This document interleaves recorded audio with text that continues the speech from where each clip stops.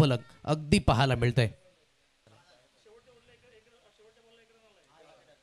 On साइडला आता मात्र कणखापार या चेंडूचा कधीपासून मात्र त्या ठिकाणी वेट करत होता फलंदाज. अगदी वेट परिपूर्ण बॅकफुटला होतं आणि सरळ चेंडूला फेकून दिलं लॉंग लेग. प्रांजलचा हा चेंडू ऑन साइडला भिरकावून दिलाय, चेंडूला फेकून दिलं. मॅक्झिमम हिट, या मिळतील 6 धावा. अतिशय सुरेख फटका. टप्पा चुकला आणि त्याला योग्य ते वळण. प्रांजल याचं स्वागत केलं 6 धावेनिशी.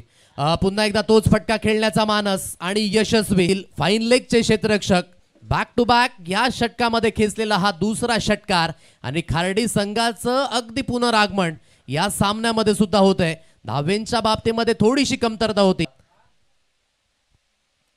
आणखी एक आहे, आता याला म्हणतात आजाच्या माध्यमातून षटकार तर आहे, परंतु आता पंच त्या दिशेने काय दर्शवतील या सर्व काही गोष्टी सुद्धा चेक केल्या जातील.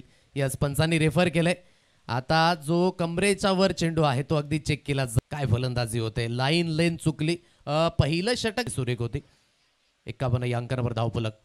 समोरच्या दिशेने खेळण्याचा मानस, त्या दिशेने क्षेत्ररक्षकाने केलेली हलकीशी मिस्टेक.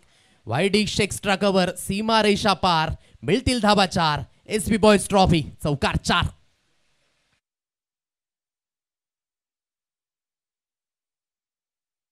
संघांनी रेडी राहायचंय.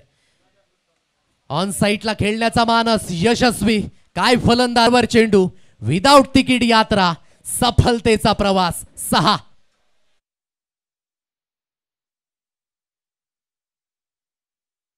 पद्धतीने करावं त्याला अगदी आपण पाहताय.